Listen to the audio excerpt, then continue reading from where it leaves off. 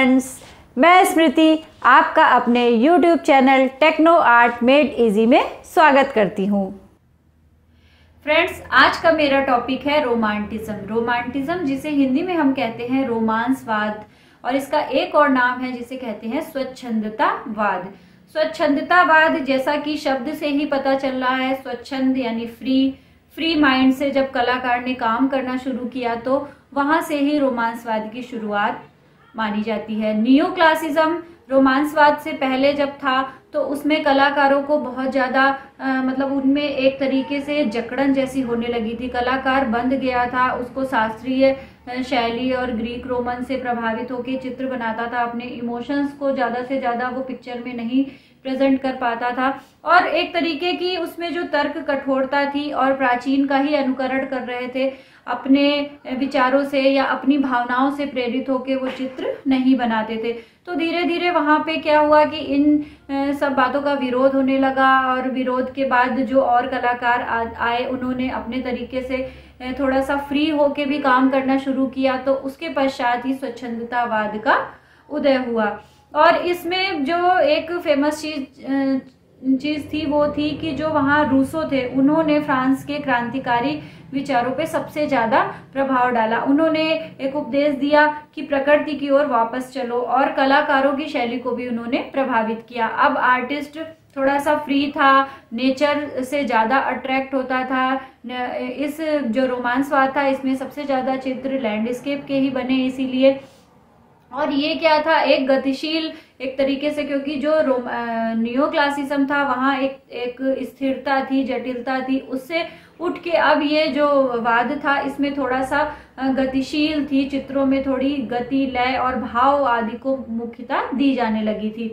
इस काल में क्या 18वीं शताब्दी के मध्य से ही, मतलब 18वीं शताब्दी चल रही थी, उसके लास्ट में ही माने या मध्य से ही माने कि कलाकारों ने धीरे धीरे स्वतंत्र होकर काम करना और नियमों को तोड़ के काम करना शुरू कर दिया था। उनका कलाकारों का मानना था कि हम एक ही लकीर पे जाके काम नहीं कर सकते। हमें अपने जो हमारी अपनी फीलिंग्स है, हमारी जो अपनी भावनाएं हैं, उसके आधार पे भी हम अपना काम कर सकते हैं।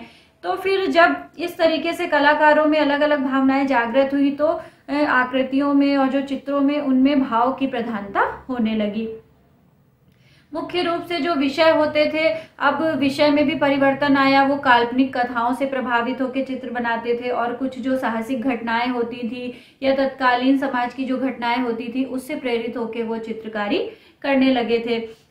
सत्य के अतिरिक्त मतलब कुछ जो रियल घटनाएं होती थी उसके साथ वो कुछ इमेजिनेशन से भी चित्रकारी करते थे, और जो लाइफ से रिलेट होता था, मीन्स उसका कहीं ना कहीं जीवन से संबंध होता था। इसमें सबसे ज्यादा जो काम हुआ है लैंडस्केप का हुआ है, और यूरोप में ही दृश्य चित्रण अधिक होने लगा था धीरे धीरे, और उसकी दो शाखाएं बट गई, एक फ्रेंच और एक इंग्लिश। तो ये जो दो शाखाएं थी वो भी रोमांसवाद से ही प्रेरित होकर विकसित हुई थी, जिसमें एक इम्पॉर्टेंट चीज है कि दो जो धाराएं विकसित हुई थी, एक तो उसमें था नेचर डिपेंड मतलब प्रकृति आश्रित, जिसमें मुख्य रूप से कॉन्स्टेबल ने काम किया था, और दूसरी एक प्रकृति हुई थी जिसमें प्रकृति को एक विशाल रौद्र रूप में दिखाया गया था, जिसका मुख्य रूप से टर्नर जो फेमस आर्टिस्ट थे उन्होंने इन दृश्य चित्रों को मुख्य रूप से चित्रित किया था। तो ये दो चीजें आप एक बार जरा ध्यान से देख लीजिएगा, क्योंकि कई बार ये क्वेश्चंस आए हैं कॉन्स्टेबल और टर्नर के बारे में। जो टर्नर थे उन्होंने ज्यादातर उनके जो लैंडस्केप थे वो प्रकृति के रौद्र रूप से संबंधित होके ही उन्होंने बनाया है। इस काल में क्या था, दो तीन चीजें इंपॉर्टेंट है। इसमें सबसे बड़ी बात तो ये थी कि अब कलाकार स्वतंत्र था, अपनी भावनाओं को, अपनी फीलिंग्स को चित्रों में एक्सप्रेस करने के लिए वो अपने तरीके से कलर का भी यूज करने लगा था। लाइट डार्क का शेड और पर्सपेक्टिव, लाइट एंड डार्क के अलग अलग टोन्स, ये सारी चीजों से भी वो कलर में बैलेंस दिखाने लगा था। कलर को बहुत फिगर को रिदमेटिक भी बनाना उसने शुरू कर दिया। इस काल में जो मुख्य चित्रकार थे उसमें थियोडोर जेरिकार्ड और ये थे देलाक्रा, फ्रेंच, दोनों फ्रेंच आर्टिस्ट थे। जेरिकार्ड का जो फेमस चित्र है द रेफ्ट ऑफ मेदुसा, रोमांटिज्म का पहला चित्र माना जाता है। ये एक रियल इंसिडेंस पे आधारित है। मैं जब डिटेल में अब आर्टिस्ट के बारे में पढ़ाऊंगी तो इस पेंटिंग को और ज्यादा डिस्क्राइब करूंगी। अभी आप ये देख लीजिए कि द रेफ्ट ऑफ मेदुसा है, ये रोमांटिज्म का पहला चित्र माना जाता है। इस चित्र से ही रोमांटिज्म की शुरुआत मानी जाती है। नेक्स्ट और है कैस्पर डेविड फेडरिक, ये भी जर्मन आर्टिस्ट थे, और फ्रांसिस्को गोया, इनका भी नाम लिया जाता है। ये जो कलाकार थे, इन लोगों ने रोमांसवाद से प्रेरित होकर भी और अपनी एक स्वतंत्र शैली में भी काम किया था। इनको मतलब ऐसा नहीं कह सकते हैं कि मुख्य रूप से इन्होंने रोमांसवादी ही कलाकार हैं या रोमांसवाद शैली में ही काम किया था, बस ये है कि इन्होंने रोमांसवाद से प्रेरित होकर काम किया था। नेक्स्ट ये है टर्नर, जो ब्रिटिश लैंडस्केप मैंने बताया, और कांस्टेबल विलियम ब्लैक, ये ब्रिटिश पेंटर थे।